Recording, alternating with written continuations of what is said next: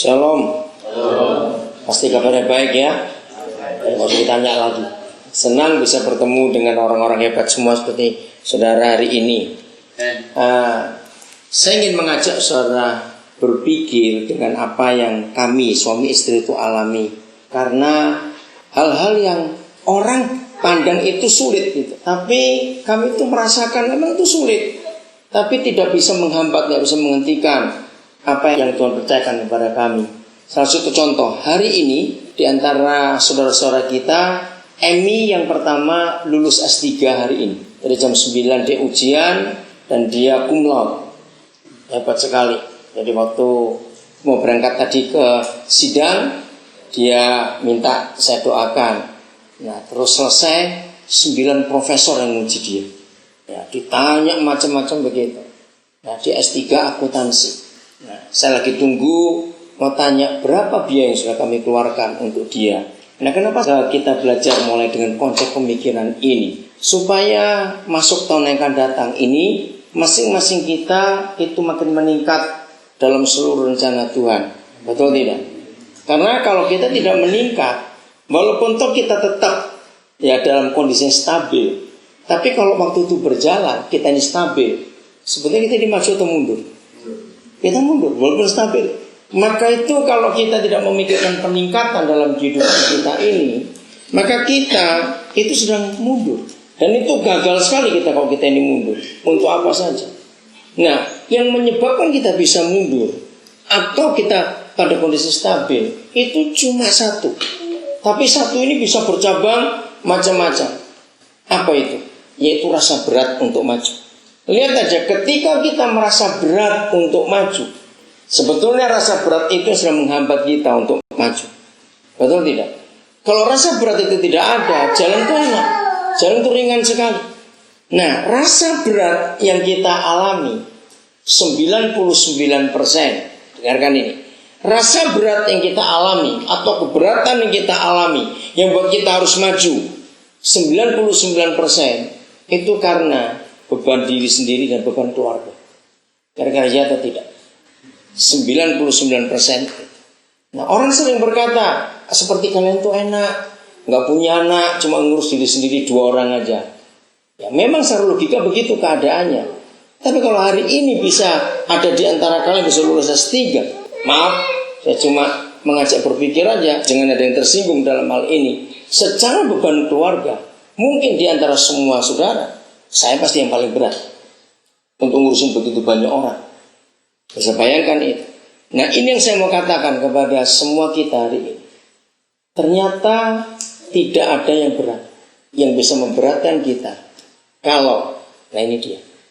Yang kita pikul adalah pikulan Tuhan Yesus.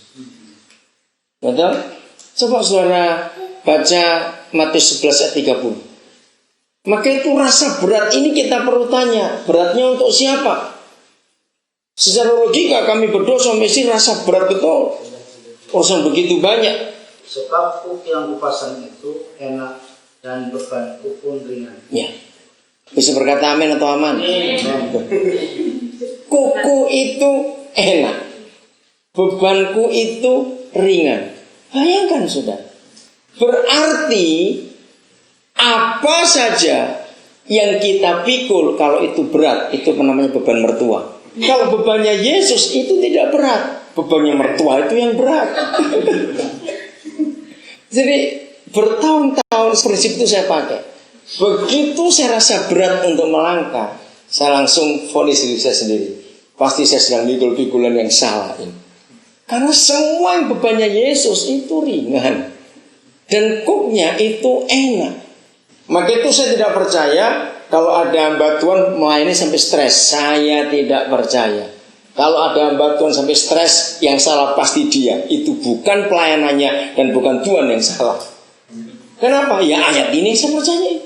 Bebannya itu ringan, kuknya itu enak. Amin. Memang berat. Oh, kami rasa itu berat betul. Ya, tapi kami percaya bahwa dia tetap Tuhan. Karena kenapa bebannya ringan? Sebab itu bebanku dan kukku.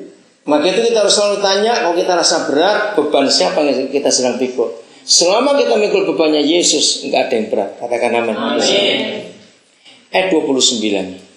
Pikulah puk yang kupasang dan belajarlah kepadaku, karena aku lemah lembut dan rendah hati, dan jiwamu akan mendapat ketenangan. Nah, terjemahan lain, kalimat terakhir berbunyi, maka kamu tidak akan stres, kamu nggak akan depresi.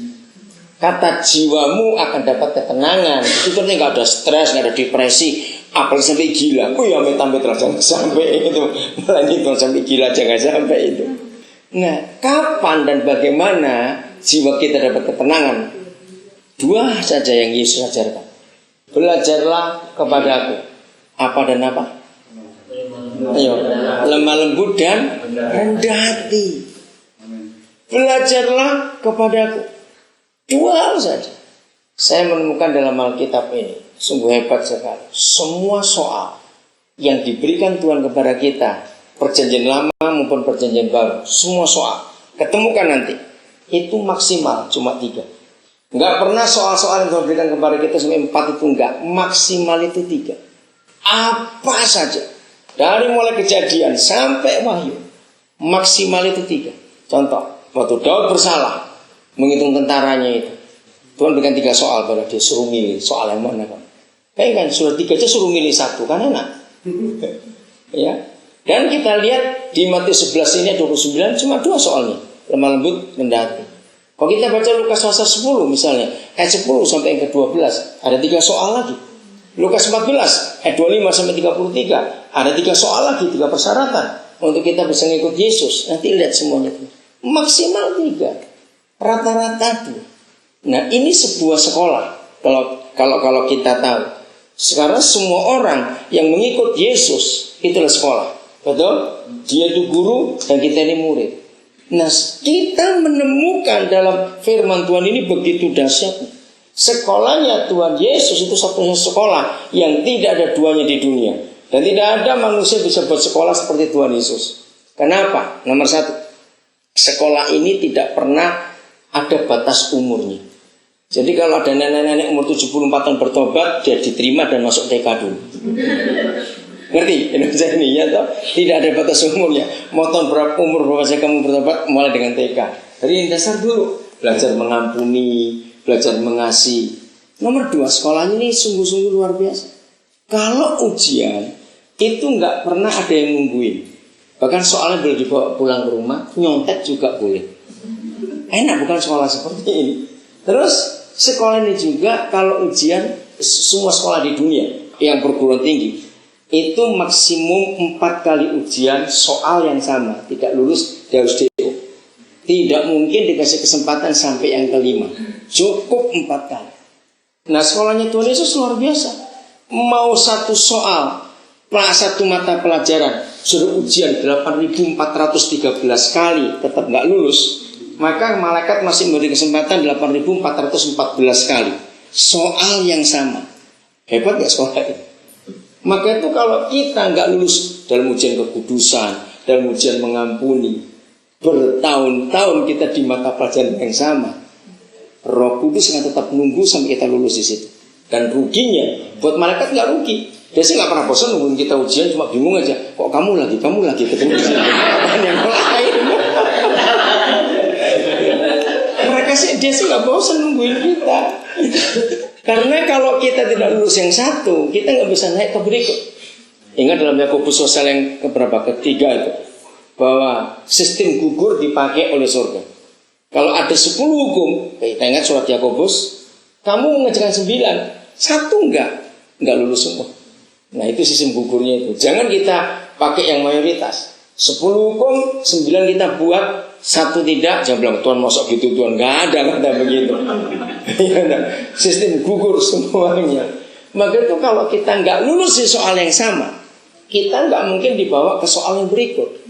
Jadi kalau banyak Kristen yang tidak maju, itu bukan karena salah setan, salah kita sebagai muridnya. Nah, yang paling hebat itu yang keempat ini, sekolahnya Yesus. Sudah ujian nggak pernah ditungguin, boleh ngerjakan sewaktu-waktu, nyontek juga boleh, nggak ada jamnya, sudahlah sewaktu-waktu boleh. terus soalnya nggak pernah lebih dari 3, dan lebih hebat lagi.